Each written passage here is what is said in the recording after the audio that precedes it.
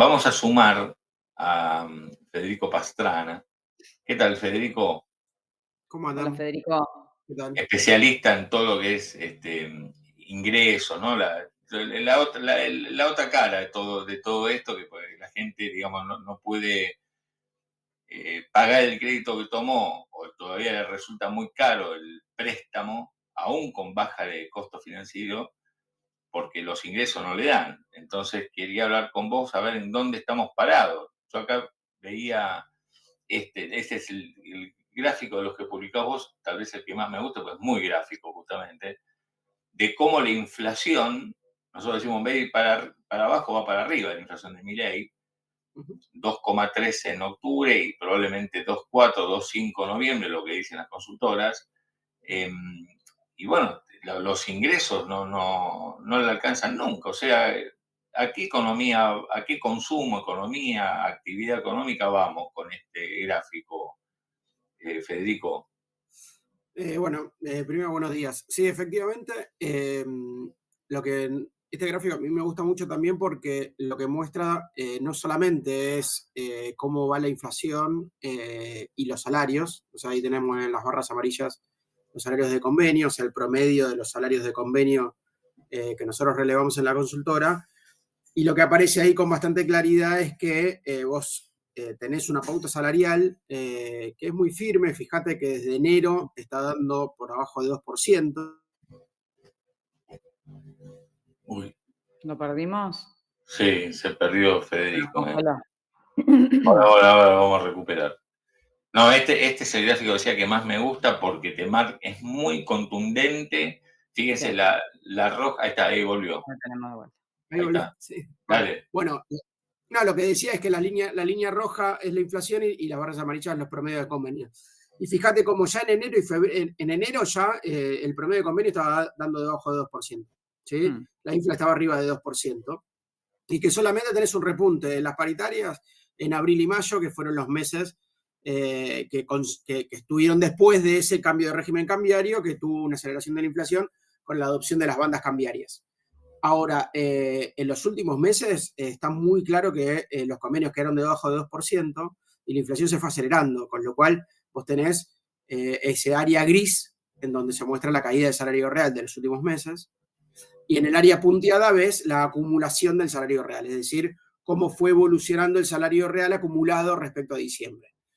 Y ahí aparece con bastante claridad cómo esa acumulación fue cada vez mayor. No hubo reversión, es decir, no hubo recuperación del salario real, y estamos en un panorama en donde el ancla salarial es muy exigente, es decir, las paritarias se están cerrando muy por debajo de la inflación, y eso para nosotros, de alguna forma, y es una discusión un poco más para adelante, pero configura una de las cuestiones de la flexibilización, de hecho, del mercado de trabajo que está sucediendo antes de que se firme cualquier papel respecto a los proyectos de reforma laboral. O Sí, sea, sí, acá sí.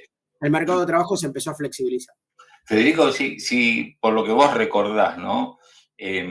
¿Cuál es el promedio? ¿Cómo está cerrando el año ya contando diciembre? Porque muchas pautas salariales ya están cerradas, digamos. ¿Cómo va a terminar salario versus inflación? Inflación creo que ya andando diciembre el 31. Los salarios en promedio, a ver si me podés agregar entre los de convenio, el informal, el público. Bueno, fíjate ahí que ahí tenés el acumulado, o sea, con lo cual, fíjate, hasta octubre vamos 4 puntos abajo respecto a diciembre. Con lo cual, si esto sigue así, vos estás teniendo Ah, una claro, ahí estaba, la línea La punteada estás punteada. leyendo vos. línea Mm. punteada, Claro, claro. claro. Vos ya Vean la tenés línea punteada, claro, mira vos, yo no lo había visto. el salario real acumulado. ¿Sí? La Es pérdida decir, en este caso. Wow. la pérdida de salario real. Son 4 puntos de salario de convenio. Es decir, es, O es sea, el salario. perdón, o sea, los de convenio, los que tienen laburo en blanco, en el acumulado del año, ya están perdiendo 4. Eso ¿Viste? es. Eso, un Wow. montón. Ahí tenés. Mucho. Ese es el tema. Entonces, cuando vos ves los otros indicadores de niveles de ingreso, efectivamente son un poco más optimistas. ¿Sí? En algunos casos, no en todos, son un poco más optimistas en términos de que se estancó. Entonces, Entonces, claro, decís, bueno, pero entonces que cuando vemos los indicadores salariales de 10 millones de personas, ¿sí? Acá son 6 millones y medio de personas que son los asalariados registrados en Claro, blanco, Mm, de los cuales el 90% está cubierto por convenios colectivos, con lo cual les está impactando esto. Ahí vos decís, bueno, esta es la dinámica. Y bueno, ves el salario público está 14 puntos por debajo de, 2020, de fines de 2023. Entonces decís, uff, peor, ¿viste? Mucho peor. Entonces vos decís, bueno, 10 millones de personas en este país les está pasando esto, y esos 10 millones de personas son el principal sostén de los hogares, ¿sí? Porque los hogares viven básicamente por los ingresos laborales, ¿sí? Entonces, los ingresos de los asalariados son 10 millones de personas, les está pasando esta dinámica. Entonces, decís, bueno, esta economía, ¿cómo puede crecer? ¿Sí? O sea, claro. el principal punto acá es, bueno, che, ¿cómo puede crecer esta economía? Y bueno, mira, los salarios no están impulsando hacia arriba, ¿sí? Ahí está el gráfico de cómo se comparan el ingreso. Fíjate cómo en ese indicador, que es el indicador del INDEC, el IS registrado, cómo se mueve hacia arriba en 2024, pero ya en 2025 se planchó. ¿Sí? Claro. Fíjate que ponemos en cuadraditos cómo se planchó el salario del nivel del IS registrado. ¿Sí? Vos lo que estás teniendo es, por lo menos, digo, es un estancamiento del salario real y en los convenios se está perdiendo poder de compra. ¿Sí? Los convenios te da peor. Y cuando vas a los salarios públicos, la verdad que están, obviamente tuvieron un ajuste muy, muy grande. La recuperación de 2024 fue mucho menor. Fíjate, las pendientes de la curva azul es mucho más grande que la pendiente de la curva roja. A ver ¿cómo hay que interpretarlo? El rojo es salario público, ¿no? El rojo es el salario público, tiene una caída más grande y la recuperación fue mucho más chiquita. Fíjate la pendiente de la curva, como que sube la Claro. montaña muy a poquito, y la otra sube mucho más rápido. ¿Sí? Sí, Ahora, los dos, o sea, en el privado aparece como mucho más claro ese estancamiento. ¿Sí? Fíjate que ahora estamos en los niveles por debajo de los niveles de enero de 2025, ¿sí? De principio de 2025, con lo cual se agotó el aumento del salario real en 2025, y en el salario público crece muy poquito, pero la caída fue tan grande que ese crecimiento es marginal. ¿Sí? Acá es donde vemos que está 14 puntos, o más o menos 14, 15 puntos por debajo de principios del 23. Eso, que es la base 100 de este gráfico, ¿no? Es ahí donde se unen. Bien. Y en el caso de los registrados, bueno, un poco mejor, sí. En los registrados estuvieron mejor, pero fíjate la dinámica. O sea, sí. Para el análisis macro y laboral, a nosotros no nos importa solamente los niveles de comparación que te dan una idea, ¿sí? Sobre todo también te da una idea de la percepción social, la tolerancia social del programa, toda la discusión respecto de si esto es tolerable, cómo impacta en la pobreza, etcétera. Pero después tenés que ver la dinámica, ¿sí? Si algo se recuperó, pero hace un año se recuperó, estás hablando de una dinámica que pasó hace un montón de tiempo, ¿sí? Entonces, por eso nosotros decimos, mira lo que pasaba en 2024. Nosotros escribimos un informe a inicio de 2025 diciendo que el año 2025 iba a ser muy diferente al 2024. ¿Por qué? Porque lo que veíamos es que se había estancado la desinflación. Es decir, el principal motor de crecimiento de los ingresos y de la actividad en 2024 fue la caída rápida de la inflación. O sea, la inflación había bajado mucho y los ingresos reales se recuperaron rápido. Acá no. ¿Sí? De una forma heterogénea todo, pero lo que vemos en 2025 es una historia totalmente distinta.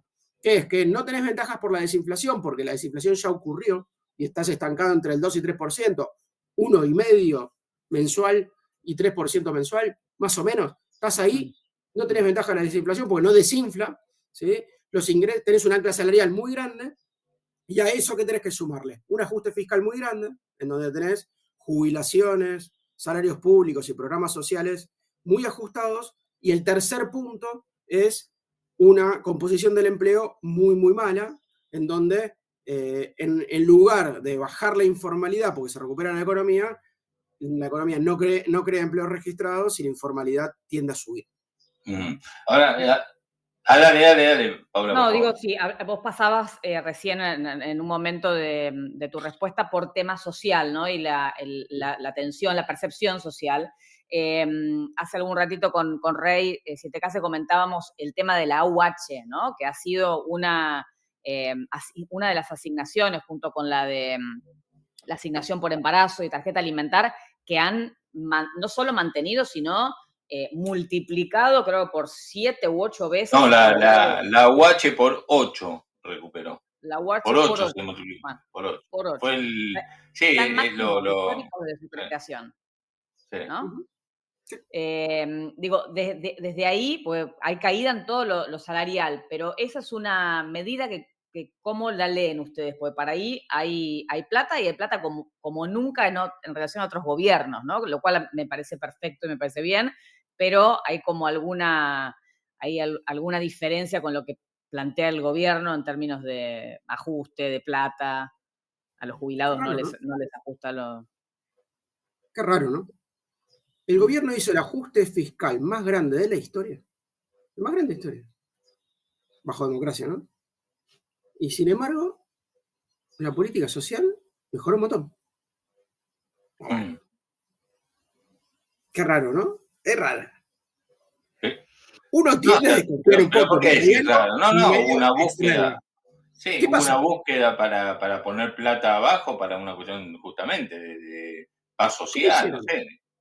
Mira, Claudio, yo desconfío, ¿sabes por qué? Porque digo, A ver, che, espera, porque las democracias, ¿cómo es esto? Pero si uno de los grandes quilombos del ajuste fiscal es el costo social. Papers escritos por todos lados, todos los 80 diciendo, no, pero el quilombo acá es que la economía tiene que ajustar, pero la tolerancia social del programa es imposible. Y de repente viene el gobierno, en 2025, después de tener, se escriben todos esos papers, digo, no, es un despelote, ajustar, estabilizar la economía, viene un gobierno de ultraderecha, rompe el Estado, hace un ajuste fiscal tremendo, y sin embargo la política social es expansiva. Es raro. la La UH, explicación la está en un UH. gráfico, la explicación está en un gráfico más abajo, ahí A se ver, pueden ir. a ver, La ¿te explicación acordás está en cuál es? esto. Hay una A ver, explicación clara y que es ver. sí, muy importante, pero muy, ¿te muy acordás cuál importante. es? Insisto siempre, esa es la política social cuando arranca la política social. Estamos buceando en el informe, en el último informe nuestro, ¿no? En donde está el gráfico de la política social. Y de hecho creo que está el gráfico de la UH también. Espera que yo ahora lo pongo así, elegimos, nos damos Dale. cuenta juntos Pero cuál es. básicamente es esto. Cuando vos, ¿el gobierno qué hizo? El gobierno hizo mierda la política social. Sí, yo creo que sí. Ahora, hizo algo muy particular y muy inteligente, que es agarrar un instrumento en particular, uno en particular, un poco más abajo, más abajo, cuando hablamos de política social, más abajo, más.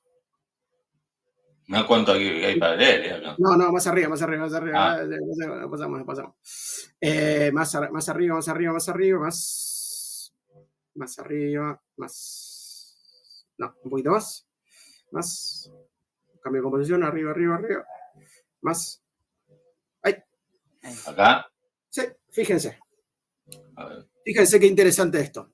Los dos gráficos. El primero, el de la izquierda, es el gasto en política social de este gobierno. El gasto en política social. ¿Qué pasó? Está clarísimo, no hay duda que el gasto en política social del gobierno tuvo un ajuste monstruoso. Y no solamente, monstruoso, ¿qué significa? 25 puntos de ajuste. 25. ¿Sí? Los salarios públicos cayeron 14. El gasto en política social, 25 puntos. 25. ¿Cómo puede ser que caiga 25 puntos y los salarios públicos caigan 15? Porque pasaron otras cosas. Efectivamente, hubo un ajuste en la política social mucho más grande que hubo en otras cosas.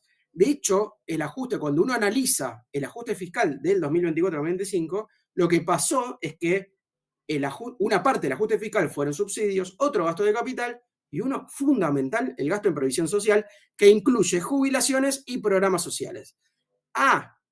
Entonces, cuando vos sumás todos los programas sociales, te da un ajuste de 25 puntos. ¿Es compatible un aumento de la asignación universal de 38% con un ajuste de 25 puntos? Sí. La respuesta es que sí, que claro, por supuesto. ¿Por qué? Porque la UH es barata, es muy barata.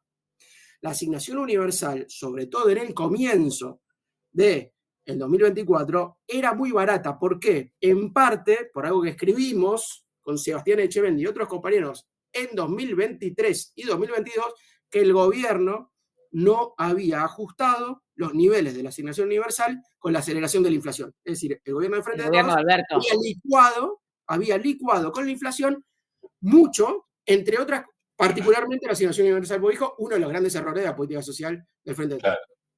Ah, Licuaron mucho la asignación universal y llevaron a qué? Que la asignación universal represente solo el 10% de la política social. Solo el Claro. 10% de la política social. Entonces, claro, vos podés duplicar eso. ¿Sí? Vos lo podés duplicar. De hecho, en la variación 2024-2025 respecto a 2022-2023, subió ¿cuánto? 38% de la asignación universal, pero la incidencia en el gasto es solo 3,8%. 3,8%. A Che, ¿qué ver, pasó con lo podés familiares? explicar ¿Qué bien pasó con para que se entienda. A ver, sí. a ver cuál será el más de estos dos gráficos? A ver, lo que vos estás contando, ¿dónde se ve en este gráfico? y el de la derecha está Toda la bueno, me política parece. social lo tenemos en el gráfico 5, toda la política social. Vos ves que Ah, tiene variaciones y de acá, a ver. repente ahí Sí, tenés el ajuste de 2024, un ajuste de nivel grande, y fíjate, en sí, 2025 siguió ajustando la política social. Siguió ajustando. O claro. sea, no se quedó en ese nivel, siguió ajustando. Y sigue ajustando, espera, ¿por qué? Porque vos tenés Pero pará recuperación que de te la muestre. UH, Ahora que te vos. muestro. Es Ah, clarísimo. dale, ¿Por qué? a Porque ver, cuando te dale. metes en el gráfico 6, entendés qué carajo está pasando. Que es, ¿cómo puede ser compatible? ¿Y por qué es compatible? Porque es barata. Claro, pará. Si yo agarro algo que pesa 10% y lo aumento mucho, el impacto Ah, es sobre el 10%. ¿Qué pasa con el 90%? No cago. claro, ¿Qué claro, es claro. una de las cosas que más ajustaron? Las asignaciones familiares del sector formal. Es decir, vos le preguntás a un Ahí está. asalariado ¿Se ve bajo, bien ahí, Paulita? Pues lo Un estoy poco más ajustando grande, acá. ponelo el 6 que estamos sobre ese. Un poquito no más sé, y ahí, Acá, ve ahí. cuando vos Claro, vas a un las poco. más arriba. asignaciones familiares, Sí, ¿sí? Bajaron Sí. 38 puntos. O sea, tenés la asignación universal que se duplicó y después indexó. Y después, las asignaciones familiares, knockout. O sea, vos le preguntás a alguien hoy que tiene un pibe y cobra, no sé, 800 lucas, y ese chabón está cobrando nada por su hijo. No cobra nada. Y mm, se rompió la lógica de las asignaciones familiares. ¿Sí? Se rompió la lógica. Ahora una persona desocupada cobra más por su hijo que una persona con ocupación. ¿Ustedes me pueden explicar cuál claro, es el incentivo a formalizarse de una persona que cobra más por la asignación universal que cuando vos conseguís un laburo te pagan menos por tu pibe? Vamos. claro, Hay claro, claro. problemas graves, rompieron la política social. Eso es lo que pasa, que este gobierno desarticuló y rompió la política social. No lo digo yo, ¿eh? Lo No, no, dicen están los, los números acá. lo dicen los pocos papers que escribieron sobre política social, que es un fenómeno bastante nuevo, novedoso. Entonces, Pero claro, vos perdón, decís, mirá, Federico, dale, la asignación universal por hijo, cuando decís es barata, bueno, la incidencia lo estamos viendo acá, son, creo que era son, barata. Ahora pesa 19 puntos sobre la política social, porque se destruyó todo y la asignación universal subió. ¿Entendés? Claro. ok, Antes pesaba 10 ok, al inicio del gobierno de Milei. bien, que son más o menos 122.000 pesos por hijo, ¿está? O no, Ahora, bueno, 120 lucas. 120 120 lucas lucas por pibe no, por hijo. no formal. O sea, sos desocupado, trabajás en negro, cobrás 120 lucas por pibe. Ahora, ¿cómo se piensa eso de otra manera, como lo estás planteando? Porque yo, por otro lado, digo, bueno, quien no tiene trabajo está bien que tenga una Está bien que una asistencia. persona que no tenga trabajo cobre más por su pibe que una persona que tiene trabajo y que, es decir, no hay incentivos a la formalización cuando vos tenés muchos pibes. Vos preferís estar en negro si tenés muchos chicos. Es un Es el problemón. típico, tengo pibes y Mm. no laburo. Prefiero que no me formalices porque pierdo la asignación universal. No hay que hacer eso. Lo peor que puedes hacer para una A estrategia ver, de formalización. Porque se acá pierde esa Mauri, formalización. Déjenme seguir. Debe ser, dale, ahí va. ¿cuál Ahí es se la ve. crítica? Te dice La crítica es Mauricio acá. esa. La crítica es esa. Vos no podés nunca pagarle por fuera a una persona formal, le tenés que dar más beneficios a un informal. Si no, no tenés política de formalización. O tu Claro. política de formalización no tiene, pierde uno de los ejes más importantes que es ese. Vos para tener un trabajo formal, y de hecho es uno de los debates más grandes que hay hoy. Yo creo que es uno de los debates más grandes. ¿Vos vas a formalizar más gente sacando los beneficios de la formalidad? Yo creo que no. Yo creo que de Mm, hecho al revés, va a aumentar la informalidad. Porque la claro, gente, los pocos que pueden optar por tener un trabajo formal e informal, prefieren informal. ¿Quién va a blanquearse? ¿Por qué vas a blanquearte? Si vos tenés la posibilidad de blanquearte, ¿eh? En general Ujú. yo creo que la elección de blanquear o no, no es del empleado, es más del empleador. Pero los que pueden elegir, no, déjame acá que cobro 120 lucas. Mm. ¿Sí? Ahora, Mm. vamos a, entonces, fíjense qué barata que es la política de la asignación universal, qué barata que era, que la incidencia es de 3,8% y ya con el ajuste de las asignaciones familiares, ya con eso pagaban el aumento de la asignación universal. ¿Sí? Fíjense. Compensaron, Entonces, digamos, eliminaron uno y levantaron otro. exactamente, rompieron lo formal y levantaron lo informal. Y el resto de la política social, 17 puntos de incidencia. Y el ajuste más grande estuvo afuera de las asignaciones familiares. O sea, el ajuste más grande estuvo en las asignaciones familiares sumado al resto de los programas, que obviamente representan mucho más. Estamos hablando de los discapacitados. ¿Por qué los discapacitados reclaman tanto? Porque tuvieron un ajuste monstruoso y son parte de ese 18%. ¿Sí? Son parte de ese 18%. El progresar, ¿sí? Un montón de programas sociales, y hablar los programas potenciar trabajo, volver al trabajo, todo esto recontralicuado en la estrategia, obviamente, que era opuesta, ¿no? Había mucha intermediación, programas de cooperativas, etcétera. Licuaron todo eso, pero no solo eso, que es el discurso del gobierno. También licuaron las asignaciones familiares formales y programas con el progresar, los discapacitados, pensiones no contributivas, madre de 7 hijos, etcétera. Todos esos programas que está identificado en el resto es lo que explica mayormente el ajuste, y por eso hay tanta desigualdad y heterogeneidad. Ese es el punto más importante. Por eso es complicado. Por eso es complicado el análisis, porque hay mucha heterogeneidad. Entonces vos podés encontrar situaciones muy diversas, ¿sí? Ahora, yo me niego a pensar que un ajuste histórico tan grande como el que hizo el gobierno es compatible con una política social amplia y horizontal y fuerte. No, lo que pasó acá es que eligieron un programa en particular, es el mejor programa de la política social que se creó en Argentina, muy probablemente sí, que se creó en la crisis del 2008-2009, fue uno de los programas más importantes, con más focalización en la pobreza e indigencia. Efectivamente, las familias con más chicos son las familias que están en la situación más vulnerable, pero al mismo tiempo rompieron todo el resto. ¿Sí? Entonces, y eso te explica por qué es compatible. Claro, priorizan, digamos, solamente la asignación universal. Ahora, los que no tienen pibes, knockout. Claro. O sea, vos pensás, Paula, tenés 3 pibes, cobras más que un jubilado de la mínima. Claro. ¿Cómo? No. 360 lucas más 300. Si le sumás al bono, cobran 400. Estás ahí. O sea, vos estás pretendiendo que una persona en edad activa con 3 pibes, o sea, cobra lo mismo que vos pretendés que un viejo de 80 años. Es de unos niveles de desigualdad monstruosos, ¿sí? Lo que está sucediendo, y los niveles de ajuste efectivamente fueron fuertes. No es que no fueron fuertes, ahora es muy heterogéneo. Y ojo con agarrar la asignación universal y generalizar el análisis de la contención social respecto a un programa. A mí eso no me parece. Y ahí preguntaban, y justamente con los jubilados, vos recién decías, si alguien con 3 hijos al final recibe por esos 3 hijos lo mismo que lo que recibe un haber jubilatorio. ¿Cuál fue la pérdida real de los jubilados? Subilo.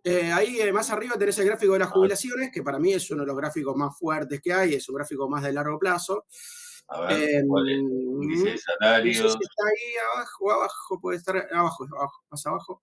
Seguramente lo puse más abajo. Cambio de composición, no, más abajo, más. No sé si. No te acordás de memoria tú. Son muchos gráficos. Es que, claro. es el informe que escribimos informe hace mucho tiempo. Dije, bueno, es el informe con más gráficos y dije, no, este no. No, puede ser. Creo que no están los jubilados, pero cuando uno analiza los niveles de ajuste de los jubilados, pasan 2 cosas. Lo primero es, la jubilación mínima sigue por debajo de noviembre de 2023, y las jubilaciones medias y altas están arriba, básicamente porque se congeló el bono de la jubilación mínima, y el bono de la jubilación mínima lo que hace es bajarte en términos reales la jubilación mínima, pero además los niveles de ajuste de las jubilaciones son mucho más grandes que los niveles de ajuste salariales. Cuando vos comparás con 2017, por ejemplo, o 2015, que son los niveles más altos de ingresos de los últimos 20 años, cuando vos ves eso, la jubilación media y alta sufrió un ajuste de 45%. La jubilación mínima sufrió un ajuste de 35%, y los salarios medios 15%, ¿sí?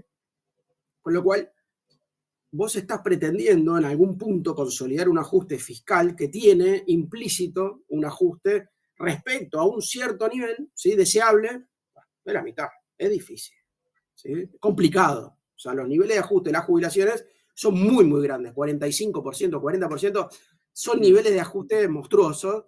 Y eso también te muestra la tensión que hay en términos sociales, digamos.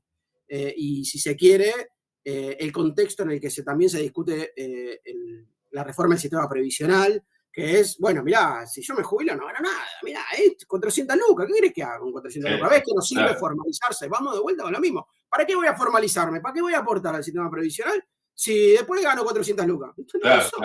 Sí, claro. ¿Y qué tiene que pasar? Hay que romper todo, que no sirve. No, pará, subir las jubilaciones y vas a ver que la gente va a querer aportar. Bueno, dale. Digo, hay ciertas cosas que como que están confusas, me parece que es para otra entrevista porque está siendo largo. Muchas cosas laboral y previsional tiene mucho que ver con el contexto. Y hay que entender bien el contexto para entender por qué hay algo de las reformas del sistema previsional y laboral que contactan con el sentido común y los problemas que hay. Eso no quiere decir que esas reformas propuestas solucionen los problemas que vienen a solucionar, ¿sí? Pero sí hay una parte, sobre todo en lo laboral, con mucha claridad, que lo que está planteando el gobierno contacta con los problemas, ¿sí? Y eso me parece fundamental para entender también el contexto, porque si no, hay algo ahí que se pierde, me parece a mí. No sé.